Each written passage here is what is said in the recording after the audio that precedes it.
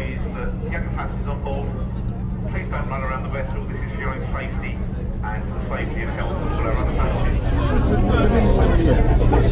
That sound is the hubbub of an awful lot of slightly excited people who, just like me, have boarded the P&O Ferries Pride of Canterbury. I don't know where they're going, but we're excited because we're going to the 2016 Le Mans 24 Hours, and you're coming with us.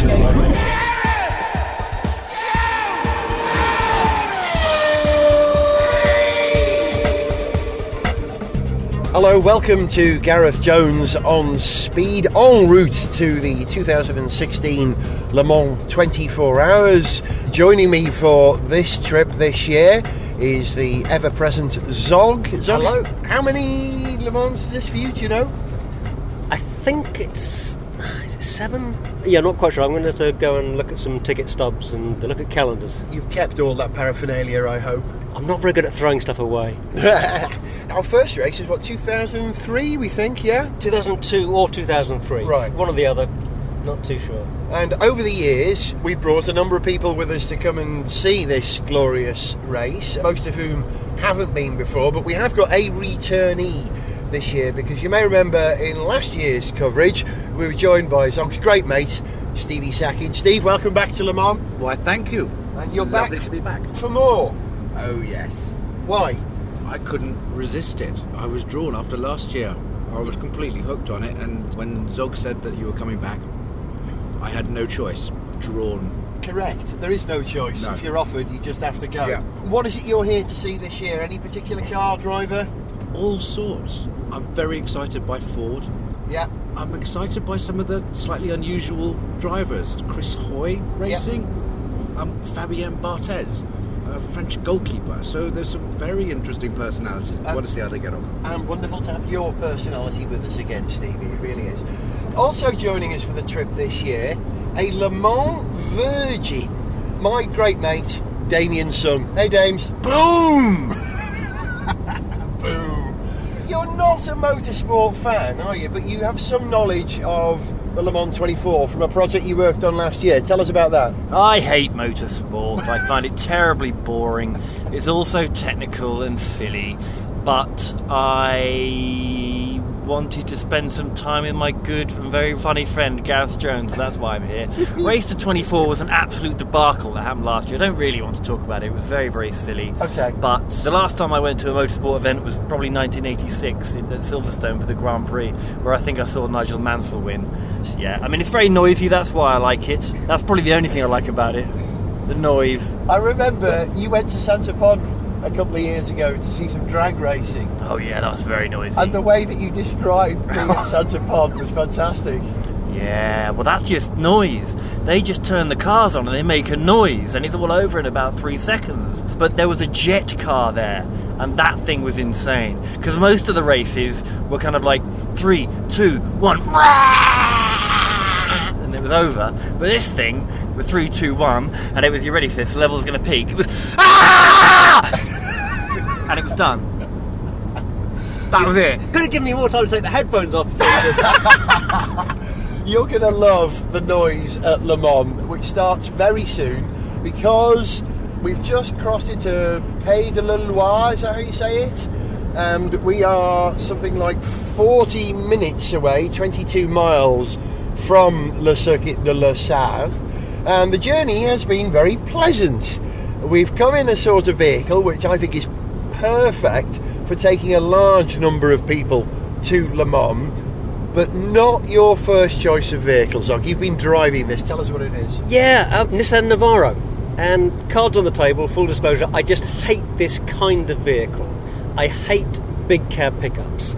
They just don't float my boat at all. It's the kind of vehicle that makes a very clear statement, and that statement is, I'm in the building trade, get out of my way.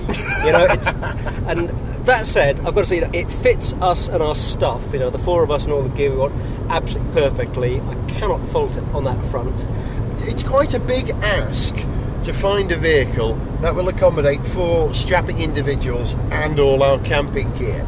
And really, a pickup It's one of the few things that's going to have enough room in the back for everything. It's the second pickup I've driven in the last year. I drove the VW Amarok last year, but I didn't have a sort of a top box over the load bay before.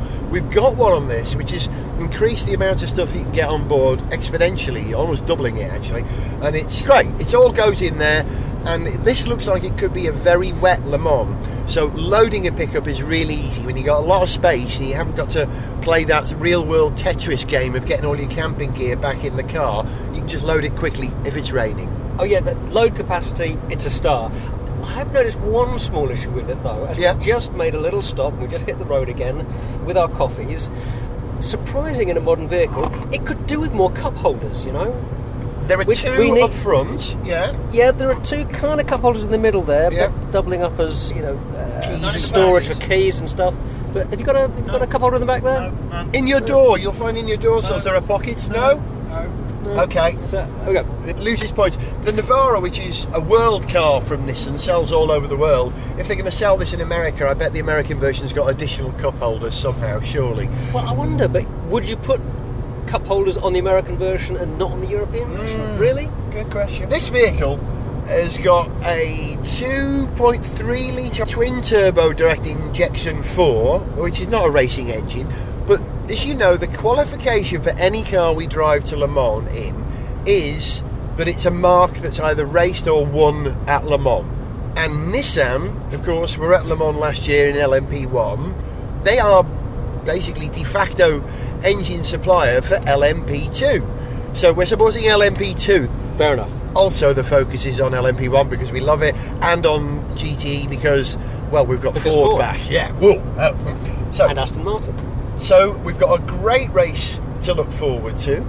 We're hoping to get the tent up before it goes dark, and we've got to eat before dark and make 11 o'clock qualifying tonight. Yeah, so we've got a lot to get through. So I want to know why you keep coming back.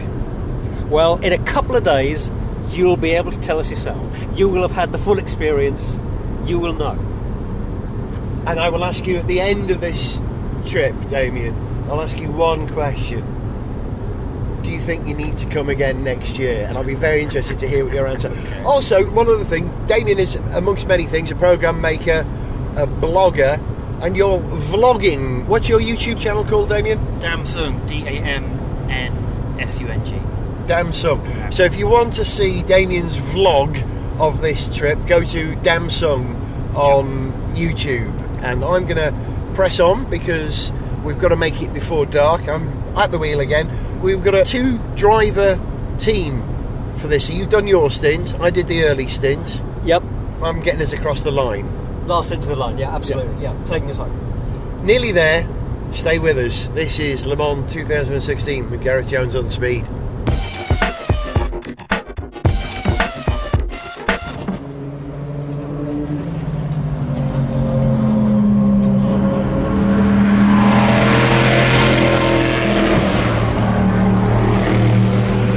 Well, there's a powerful combination of audio for you.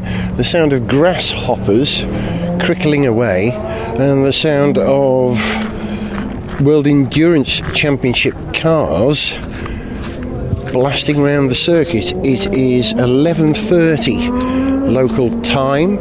We got the tent pitched. Of course, the heavens opened the second that we arrived and started pitching the tent, and I'm now trudging through a wet campsite up to the time I've taken to record this. I've walked from the tent to our viewing position. We are right next to the track, as always, here at the Porsche Curves campsite at Le Mans, thanks to Travel Destinations. And what's this? A GTE. Have a listen.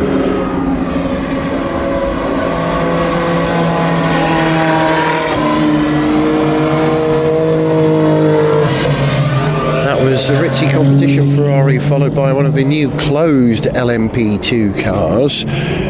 This is Damien's first experience of Le Mans. You may have heard him mention earlier on that he was involved in something called Race to 24, a project a year ago, a proposed TV series about World Endurance Championship, one particular team, which never happened, but he worked very closely on it. And Damien got to go to Paul Ricard Corvette, of course, for the prologue last year. So he's heard and seen the cars very close up. So he's just making his way out. He's Zog in the darkness. Hey Z, all right, here they are. First look at Le Mans 2016. Yeah, it's always a great thing, isn't it? Corvette. Hard to see at the moment because the cars are backlit at this point here. We can't identify them. The mist that they're driving through, it's a little bit, Yeah. It's damp, obviously. There's a lot of spray, and that's because it's backlit, just obscuring the cars slightly. But what an image. Now, I can't stay here long because I put a curry on in our tent, and I have to go and check that it's not burning or boiling over. That's very important. So you watch the cars, I'm going to go and check the curry. That wasn't the curry, that great farty noise, of course. Can you hear the wet underfoot? I nearly fell because I am wearing Crocs, I'm ashamed to say, at this stage, because I've just been in the tent and I shouldn't really attempt to walk up there in Crocs. I can see Damien and Stevie. Stevie, hello. They're out. Are they? They're out there, the cars. I can't hear them. I'm going to check on the curry. I do this every year. I make a homemade paneer and I cook it at home and then freeze it and then defrost it in a pan when we get here, and we have home cooked Gareth Jones veggie curry for 4, which if only you could see this now, it's beautiful. I'm actually stirring it on our 2 little rings that we've got going here. The kettle is boiling. Good. Right, I'm going to feeders and I'm going to perhaps watch a bit more of qualifying in a minute, but I'm going to keep this moving. But yeah, Gareth Jones on speed, settled at Le Mans. Brilliant. Gareth Jones on speed! Making those cars look good. Yes, but they're unaffordable, aren't they? The early ones BMWs are were, at least yeah, but slightly that's, you know, they were. You join us they for a little established- post-dinner conversation. We've just sat down inside the tent whilst the end of qualifying happened. They're all around us, and Damien, who is not as knowledgeable about motorsport as Zog is asking some really great questions, and Zog is attempting to answer. So at the moment the conversation is to... Hybrids. Do you mind not swearing on the podcast, please? Sorry. Thank you very much. You can bleep it out. What's the topic of conversation at the moment, boys? Well, I know, I was just asking about what all the V's mean. Yeah. And then I was wondering what the equivalent of V's is in electric engines. And then we got on to, isn't it about time we just move over to electric engines because internal stupid explosions are pointless and stupid. Yep. And now we're talking about, well, Zog was pointing out how quickly the take-up of electric cars is happening now. Yeah, in tandem with the move to self-driving vehicles as well. Although that, if anything, that's happening quicker. It seems to me that we should have probably moved over to electric cars a long time ago. But We weren't ready then. But there are some very good practical reasons why we've relied on fossil fuel for over 100 years, why we've taken so much, why we've done so much fossil fuel. There was a load of it in the ground. It's been pretty easy to get at. It has a huge energy density. You know, if you want to carry around 20 pounds of something that can give you a lot of energy, you're better off carrying around 20 pounds of petrol or diesel and blowing it up in a controlled way than you are carrying around 20 pounds of batteries. Yeah, but that's fine. But they're noisy, they're smelly. Yeah, but like cheap beats noisy and smelly. We're an enlightened society now, aren't we? Yeah, we are now. But we're also, but we are. Oh, we- I don't know why I even said that's not true, is it? But we're a very comfortable, rich, privileged society because we've been able to use this cheap energy. We've had cheap transport, really cheap transport, really cheap energy, and it's driven our economies and it's done so much for us. Unfortunately, it has its downsides, but you know, it has done a lot for us. And there are pretty solid reasons to do with physics and engineering. We would have better batteries by now if we'd only been relying on electric vehicles since the first cars appeared. We'd have better batteries by now. I guess that's what it's come down to, is batteries, isn't it? How do we get good batteries? And not only how do we get good batteries, how we charge them as well. We've learnt a great deal from mobile phones and how to get the best performance out of the best kind of battery. Tesla is a great example of that. The first Tesla was basically 2,000 mobile phone batteries in a Lotus Elise. You know, the fundamental rethinking of what we do. Listen, we're probably going to talk into the night. You might like to join us for some more Le Mans action tomorrow, but for the moment, from Zog, Cheers. from Stevie, we're listening very quietly on the edge there. I was intently listening. Good. Don't stop recording now. Hey, you've got to leave them wanting, and there'll be more tomorrow. That's what the editing process is for. Edit, schmedit. I just take out the swear words. Yeah. From Damien. Hello, goodbye. Yeah, and me, Gareth. We'll see you for some more on speed at Le Mans, which happens sooner than you think.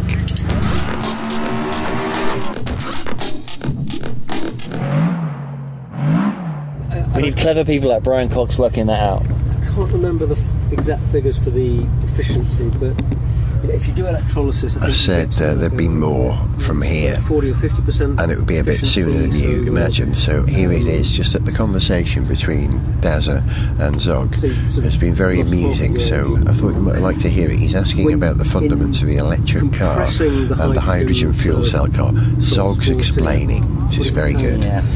And then decompressing it again, you lose more energy in that process. It's a future technology, basically, isn't it? That needs refining to make it You useful. need to be able to make the hydrogen efficiently enough. Like you're saying, hydrogen's coming down in price, fine. But batteries are getting better, getting more efficient. So why would we want hydrogen fuel cells over like better batteries and stuff? There are advantages. They're ultimately Quicker filling. A hydrogen But fuel. isn't that getting quicker as well? Like you're saying with these. Yeah, but there superchargers? are limits, and you can make hydrogen locally as well. At these filling stations, they would harness green electricity from renewables. Is that? The tent is weeping. We're in the tent. We are dripping slightly. Yeah, we need to wipe that. It's seeped through somehow. Oh dear. You make your hydrogen by splitting water.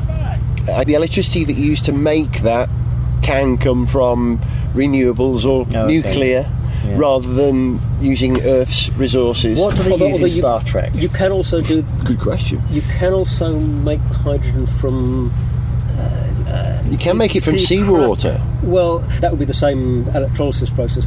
You can also make it if you take natural gas and water. I think you use steam and hydrocarbons, and you can do a catalytic reaction with water and hydrocarbons. Would it be better if cars ran on and you could attach an attachment to your penis when you got in the car? It would you off while you're driving, which would also be a bonus. Then you could power your car on. Well, I think there is a research committee looking into that. Because that's where we should be spending our science money. Ask Brian Cox. To bring the conversation back to where we were, the hydrogen fuel cell car is slightly lighter than a battery electric car. You're lugging less stuff around. It makes it more efficient in that way. So there are advantages there. Yeah, energy density, power density. We will need to be able to make the hydrogen from renewable resources, but we've got to do that anyway. And if we want personal mobility, as we call it in the future, because the car is only part of that vision of how transport will evolve in the future, we're going to have to get around somehow. And when the oil runs out, or when it's too expensive, or it's just too dirty to use, we're going to have to shift to some other way of doing it. And we're very close now, aren't we, Zog? But we're seeing the transition happening now to electric vehicles. That's just going to continue. I like him. We can't carry on burning oil forever. They seem like a brilliant idea to me. Yeah, all of them. I think one thing we were talking about earlier, one of the problems, I think, prior to the Tesla, was they didn't look cool. Yep. Tesla made them look cool. Yep. I think that's then resulted in people like BMW realising, oh right, actually if they do look cool, then people might buy them. Yeah, although they would have ended up going that way anyway. You know, the numbers and the technology. But would they have done? available Because you were likening Tesla to Apple. Yep. That's what Apple did, is made computers cool. Yep. So everyone wanted one. And it was no longer for businesses that had to do accounting. Suddenly everyone realised that they wanted one of these things.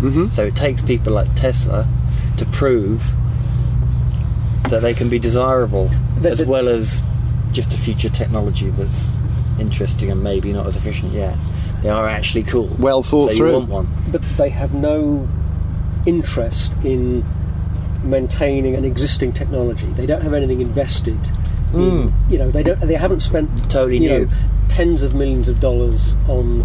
They you don't know, have a business to setting up support. this production line Yeah. to produce this kind of internal combustion Yeah. engine that is also uses a lot of components. If they're starting from scratch, they can do it how they like rather than have to be evolutionary. They can Yeah. be revolutionary. What it's done though, Desert, is force the conventional car manufacturers who are around to try and do what Tesla do. No one's had a go up to now. Audi are going to be one of the first. VW are in a very interesting position because they got in trouble over the emissions from their diesel engines. So to sort of relaunch the company and sort of steer themselves away as far as they possibly can from that culture, they're suddenly investing in electric cars. And now you're seeing some of that money, a lot of it actually, racing on that circuit at really? the Porsche Curves, less Testing than 100 stuff out. yards from where our tent is pitched at the moment. Both the Porsche and the Audi, with their energy recovery systems and the batteries that they're using, all that technology will go straight back into VW cars. This is not just an advertising project. Are there any purely electric cars going around the mall? Not this year, but it has happened. It has happened. The Ziod, it was called 2 years ago. The Nissan Ziod was the first car to complete a lap during the Le Mans weekend running purely on electric power. It wasn't during the race, it was during practice. It was a hybrid vehicle, internal combustion engine and electric, and it was running during the racing as a hybrid vehicle, but just to make the point, they did a lap on just electric power. All right, earlier you asked me about whether I want to come back. Yeah. And I'm going to give you a running commentary on that. Okay, so this is So the... you're not just going to ask me at the We're end. gonna Is get Dame- odds, we're I- gonna It's you going know, to happen at percentage. different intervals. Okay, Damien, are you going to come back to Le Mans next year? Right now, Okay, and this is, hang on, let's describe this. This is now, check your watch, 20 to 1 in the morning, which is been here only... about 3 hours. Yeah, in the tent, Yeah. at the Porsche Curves campsite, less than 20 yards away from the circuit, would you say? Very wet. Yeah. We've had some food. I've been up to see the racetrack, which was actually quite beautiful. In the wet, as the cars come around, they leave this trail of smoke. Well, not smoke, but water vapour, but it looks like smoke coming out the back of them. And it was quite beautiful, but at the moment, there is only one way, because I like how people bring funny little cars, like old ones and new ones and cool ones and uncool ones, but it's all really nice seeing these people turn up in these funny cars. So, right now, the only way you could get me to come to Le Mans next year is if we can come in a specific car. Okay, yeah, he's got it. He's got it, Zog. He's got the bug. He's got a particular thing. Coming to Le Mans, the beautiful thing about Le Mans is you don't come and watch a race. You actually take part in an event by contributing, by coming in something interesting or appropriate. And there's only one vehicle I want to roll into Le Mans next year. And does it have a connection with the race? Do you know? It should do if it hasn't. What is it? It has a connection to Formula 1. What's the car? We are turning up next year in the Nimrod. Oh! The Aston Martin Group C, was it? Endurance car of what period was this? 80? Is that right? Forgive me, this is just off the back of my head. I will look into that, but yeah, that's a... If you can get a Nimrod, I'm here next year. It's a very Le Mans car. You've been listening to Gareth Jones on Speed, first episode from Le Mans 2016 from Stevie Sacking. Stevie, how are you doing over there? I'm very fine. I'm enjoying the conversation. Yeah, it will continue, but we can't let these poor people listen to every word we say because you wouldn't thank us. So from Zog, say goodnight, Zog. Good night. From Damien, say goodnight, Damien. Hello, goodbye, good night. Very good. I'm Gareth. See you for some more on Speed from Le Mans. Hey, we've got an awful lot more to do. The race hasn't even started yet. We're going to leave you with a tune. Here's another one from 10 Years on Speed Live. This is the On Speed Band playing, appropriately enough, 24 Hours of Racing.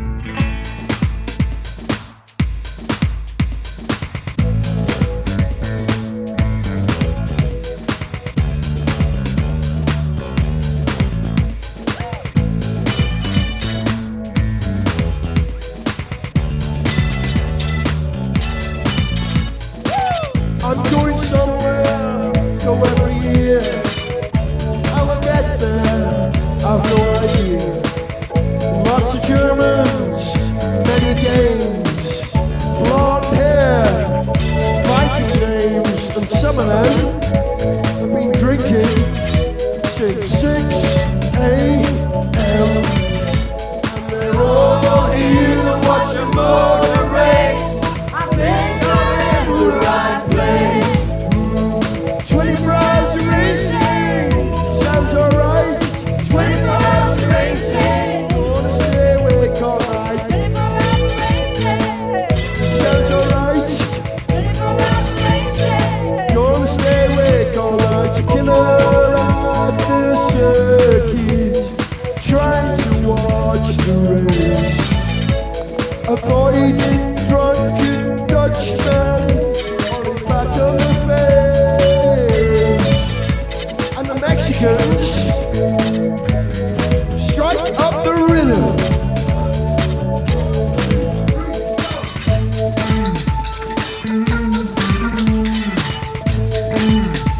Everybody, samba!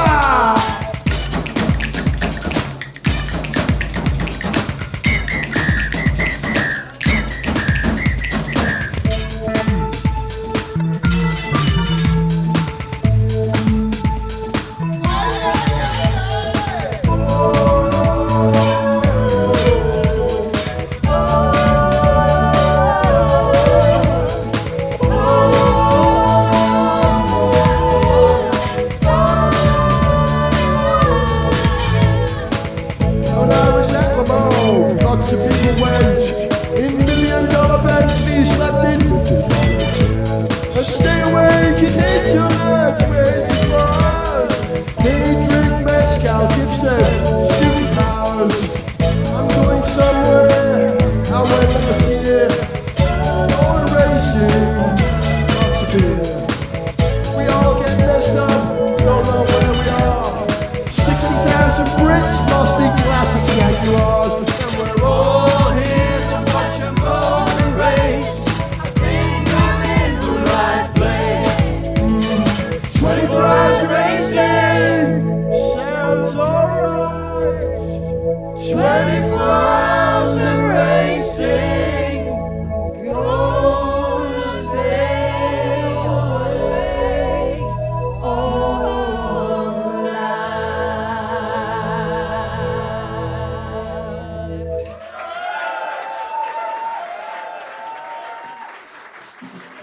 To send us an email, see pictures, get song lyrics, join our Facebook fan site, follow us on Twitter, or to find out about sponsorship opportunities, go to garethjones.tv. Gareth Jones on Speed is made in London by Whiz Bang. Gareth Jones on Speed!